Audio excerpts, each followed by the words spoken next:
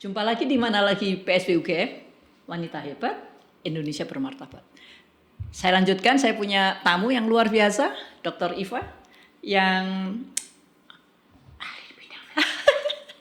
jadi harus bisik ya, harus bisik iya, ya. Iya, tentang filsafat. Siap. Luar biasa. Rahasia soalnya. Rahasia. Mari kita bicarakan untuk itu. Nah, selamat datang di mana lagi? Gitu. Iya.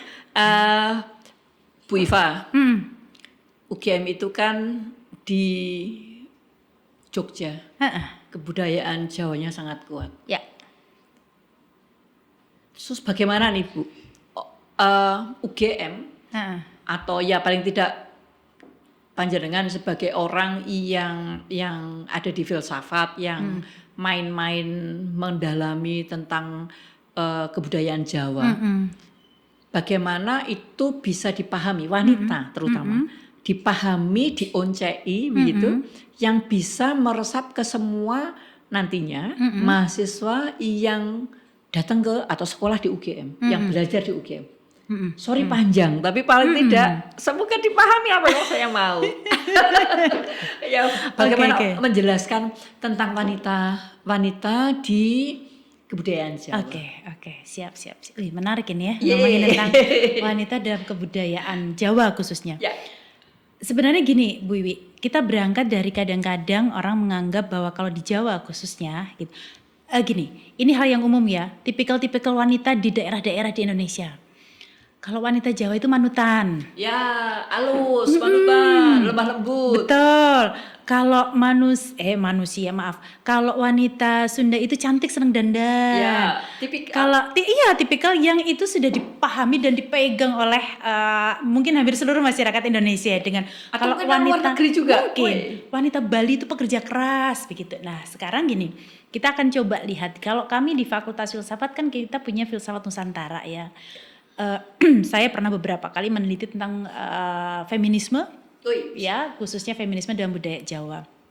Ini kita lihat Jawa. Nah, banyak orang yang mengatakan seperti tadi saya yang bilang bahwa wanita Jawa itu manutan. Dalam budaya Jawa wanita itu kadang-kadang dianggap sebagai orang nomor 2. Ya. Konco wingking. Yep. Tidak dianggap keberadaannya. Yep. Padahal sejatinya, penyerta. Padahal sejatinya kalau kita lihat, kita kupas. Tadi kan Bu Iwi bilang dikupas nih, harus dioncei. Kalau kita oncei, kita kupas, justru posisi wanita di dalam kebudayaan Indonesia itu kuat loh sebenarnya. Yes. Hanya masalahnya apa? Seluruh kebudayaan di Indonesia itu tidak terang-terangan. Kebudayaan di Indonesia nggak cuma Jawa tuh, semua itu dibungkus dengan simbol. Yes.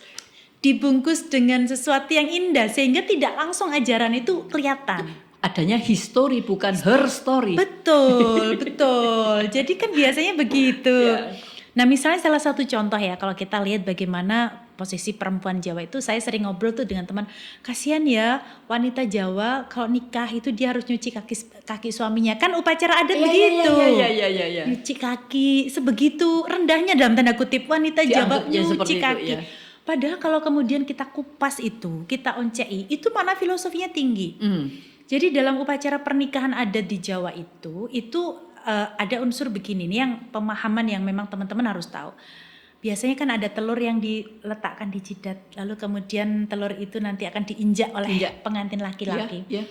Artinya adalah itu biasanya dukun manten itu akan membawakan kayak mantra gitu ya. Itu dia menyatakan doa. Doa gitu.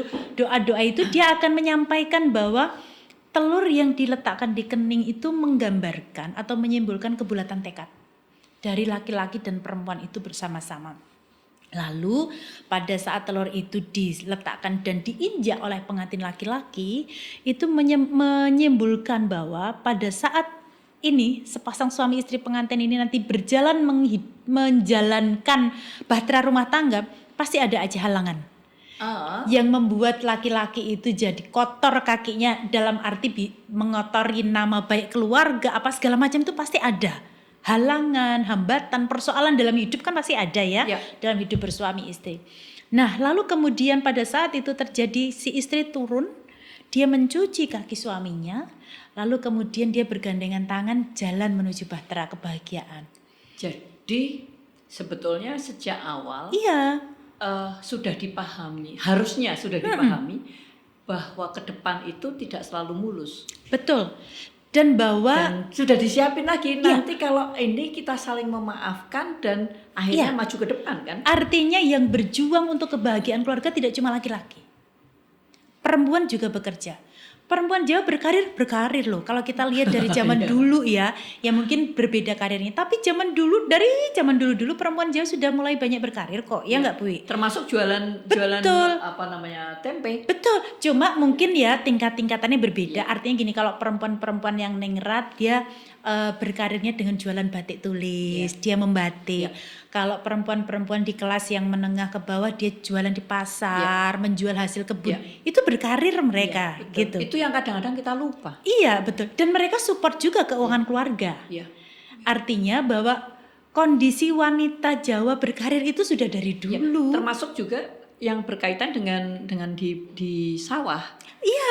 Kan dia bagaimana dia bersama-sama tanda petik begitu untuk mensupport kehidupan itu, tidak hanya ya udah saya di rumah saja gitu, yang kamu yang macul, kamu yang kan gitu kan. Jadi karir kebersamaan. Karir gotong royong membangun keluarga bahagia bersama itu laki-laki dan perempuan sudah berjalan berbareng gitu. Nah, dalam ajaran budaya Jawa itu disampaikan bahwa pada saat nanti sang laki-laki itu salah melangkah, kalau kemudian ada sesuatu yang mencoreng nama baik keluarga, ya perempuan harus berjuang untuk membersihkan itu. Lalu berjalan bersama-sama, legowo untuk melakukan. Itu kalau saya kaitkan dengan wayang, Bu Wiwit tahu cerita di lakon Baratayuda, Sri Kandi membantu suaminya untuk membunuh Resi Bisma dalam perang. Meskipun ya kalau kita lihat ceritanya itu nanti ada terkait dengan sumpahnya Bisma yang dulu dan lain sebagainya, itu ada banyak cerita di belakang itu. Tetapi satu poin yang mesti kita ambil adalah bahwa di dalam budaya Jawa yang muncul dalam wayang Purwo pun itu sudah dimunculkan. Sri Kandi sebagai seorang istri, dia maju membantu suaminya yang sedang kesusahan dan dia membantu mengatasi itu. Sebetulnya ada satu poin yang menarik, bahwa komunikasi antara laki perempuan, antara suami istri itu ada. Yang berikutnya lagi bahwa si istri itu paham kapan dia akan membantu, kapan tidak. Kapan betul. dia masuk ke depan, kapan di samping kan. Betul. Jadi memposisikan itu bahwa kadang-kadang dia ada di belakang untuk mensupport, mendorong, kadang-kadang dia ada di samping untuk menggandeng dan lain-lain, kadang-kadang dia harus di depan untuk menuntun. Posisi-posisi itu harus dipahami secara bersama-sama. Kesetaraan gender sudah lama. Sudah lama sebenarnya. Jadi sebenarnya tidak bukan perlu isu baru. Bukan pemberdayaan. Artinya itu bukan isu baru. Wanita karir sudah ada sejak zaman dulu. Dan saya rasa itu nggak cuma di Jawa ya. Dimanapun wanita karir sudah ada sejak zaman dulu. Meskipun karirnya ya itu kayak tadi Bibi bilang di sawah. Ya memang karirnya pada waktu itu. Di kebun, menjual hasil kebun. Atau kalau enggak bertani, atau kalau enggak membatik ke pasar. Nah, itu sudah mereka lakukan dan mensupport perekonomian keluarga. Nah, sekarang bagaimana itu hal-hal ini kan suatu hal message, pesan yang sangat luar biasa kan sebetulnya yang tertimbun oleh satu gaung, kita harus ada kesetaraan gender kan gitu.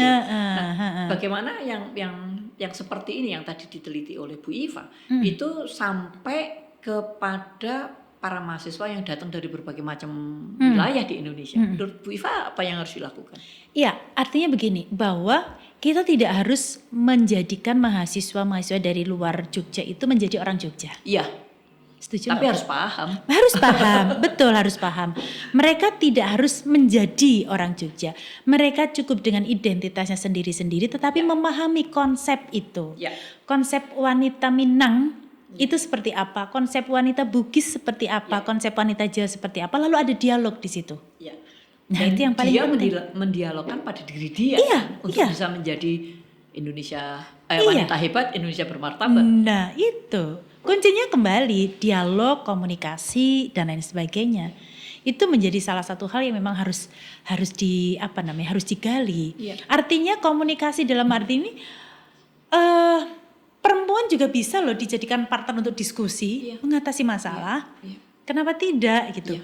Bahkan kalau saya ingat dulu ajaran guru saya, Profesor Damarjati Supajar almarhum, beliau mengatakan bahwa konsep konco wingking bagi perempuan Jawa itu bukan berarti perempuan tidak terpakai, tetapi itu lebih kepada pada satu sikap laki-laki untuk melindungi perempuan. Iya. Jadi pada waktu berjalan dia harus di belakang karena laki-laki yang melindungi dulu kan. Jadi kalau ada apa-apa dia akan berhadapan dulu yang laki-laki. Dan membukakan jalan. Jalan itu sebenarnya kan kesantunan ya. Iya, santunan. Kesantunan. Nah ini nih kadang-kadang ya Bu, kadang-kadang kalau misalnya laki-laki lady first, laki-laki yang persilakan perempuan dulu, ini enggak kesetaraan gender. Sebenarnya kesantunan, kesopanan, kesantunan begitu. Itu yang diajarkan sebenarnya di dalam budaya kita, bahwa laki-laki dia harus duluan, lalu kemudian dia harus melindungi perempuan dan lain sebagainya. Jadi saya jadi ingat kalau saya tulen ke Indonesia Timur ya, ketika orang-orang itu jadi ke pasar itu malah kalau jauh itu yang melakukan laki-laki, bukan perempuan gitu. Perempuan biar nggak capek lah, begitu. Yang laki dia struggling untuk sampai ke pasar untuk membeli sesuatu untuk dibawa pulang, dan pulang itu kan untuk keluarga. Dia tidak ngomong, sebenarnya saking sayangnya kalau saya ngomong kan gitu ya. Jadi, tapi kadang-kadang kan ngomong bahwa bahwa perempuan kurang pengetahuan untuk melakukan itu, yang sebetulnya disayang, bukan karena dia tidak mampu gitu. Pada kenyataannya dia bisa membesarkan anak, bisa menghebatkan anak. Betul. Nah itu yang kadang-kadang tidak dipahami, tidak dioncai itu tadi. Karena melihatnya dari sisi luar saja, tidak sampai ke dalam begitu. Jadi kalau melihat dari sisi luar ya memang nggak salah kalau orang berpikir, duh kasihan ya perempuan Jawa nyuci kaki suaminya gitu kan, gitu kan. Itu baru satu poin ya. Baru satu poin, Mbak. Misalnya seperti itu. Tetapi kalau kita lihat ke dalam, substansinya apa sih sebenarnya, hakikatnya apa, makna di balik itu apa. Nah, kita baru bisa memahami bahwa sebenarnya posisi perempuan dalam kebudayaan di Indonesia itu dari dulu sudah kuat. Dan yang kalau saya garis bawahi lagi bahwa ketika seseorang menentukan untuk menikah, dia sudah paham bahwa akan terjadi A, B, C, D, F, D ke depan, alternatif dia sudah preventif dan dia sudah saling mengingatkan untuk yang penting saya pikir mereka juga harus ingat gitu bahwa ketika menikah kemarin ngapain sih? Iya. Sebenarnya gini, konsep kesadaran posisi. Iya kan? Bahwa saya menikah dengan batasan-batasan, ya memang tetap harus ada batasan yang harus dilakukan oleh laki-laki dan perempuan, suami istri dan lain sebagainya itu. Meskipun batasan itu bukan batasan yang saklek, bukan tembok yang tinggi, tapi batasan komunikatif yang bisa dikomunikasikan. Oke deh, saya ngurusin ini, kamu ngurusin itu, kan misalnya seperti itu. Dan di dalam budaya masyarakat tradisi kita itu sebenarnya sudah jalan. Pagi-pagi bapaknya ke sawah, ibunya ngurus rumah dulu. Pembagian waktu, nanti siang ibunya ke sana ke sawah nganterin makanan, sore ngurus ternak di rumah. Itu kan sebenarnya pembagian yang komunikatif kan, Bu? Dan yang lebih hebat kalau saya memperhatikan, kalau kebutuhan uangnya itu besar, maka yang dijual binatang kaki 4. Kalau yang masih kecil-kecil, yang unggas sama telurnya, dan itu yang unggas itu diurusi perempuan, yang kaki 4 diurusi yang laki-laki. Iya, itu kan sebenarnya manajemen rumah tangga. Artinya bahwa perempuan juga diperankan di situ di dalam kehidupan sehari-hari. Karena yang sekarang kan ada uang laki sama uang perempuan. Saya nggak tahu kalau uang perempuan kali harusnya mana terus ya gitu ya, dapat bunganya terus banyak harusnya gitu. Ya bunganya banyak. Nggak dapat juga gitu. Jadi tapi yang menjadi menarik dari satu titik poin yang kecil, kalau kita oncai benar-benar kita bisa mendapatkan satu pesan yang sangat luar biasa. Masih banyakkah yang bisa dioncei lagi? Oh banyak. Saya rasa banyak. Ngoncei beberapa apa namanya ajaran-ajaran, nilai-nilai luhur yang diajarkan oleh para pendiri bangsa ini, oleh nenek moyang kita dan lain sebagainya, yang memberikan nilai-nilai luhur dari segala macam aspek budaya dari manapun. Hanya memang itu tadi, kebudayaan di Indonesia itu semua serba terbungkus. Artinya tidak langsung serta-merta kita bisa memahami itu, tetapi ada nilai-nilai yang harus dikupas dulu, harus dipahami dengan baik. Apalagi nggak tahu juga orang zaman dulu kalau mengajarkan itu nggak langsung ya, tapi pakai kalau bahasa Jawa, istilah Jawa sanepo. Jadi susahnya itu sekarang susah orang tidak paham sanepo. Memahami itu. Memang di era-era sekarang hal semacam itu sudah harus dijelaskan dengan lebih gamblang dan lebih populer, supaya orang bisa memahami maknanya dengan baik. Yang saya berharap bahwa apa yang pengalaman penelitian, hasil penelitiannya Bu Iva menjadi satu titik poin untuk teman-teman yang di luar sana untuk bisa mencoba mengkulik kebudayaannya gitu. Kebudayaan di daerahnya masing-masing. Di daerah masing-masing apa yang dialami itu bukan mengikuti apa yang disampaikan Bu Iva, kemudian menerapkan di kebudayaan, boleh. Orang itu juga bagus. Tetapi kemungkinan ada sesuatu padanan yang tidak harus di urusan upacara perkawinan, tetapi mungkin di kegiatan yang lain atau di paribahasa yang sudah disampaikan oleh leluhurnya, kan itu yang sebetulnya. Anyway, luar biasa. Yang jelas bahwa hari ini kita belajar budaya Jawa, budaya feminisme, budaya kesetaraan gender dari Bu Iva. Terima kasih Bu Iva. Sama-sama. Jumpa lagi di mana lagi, PSW UGM, wanita hebat, Indonesia bermartabat. Sampai ketemu.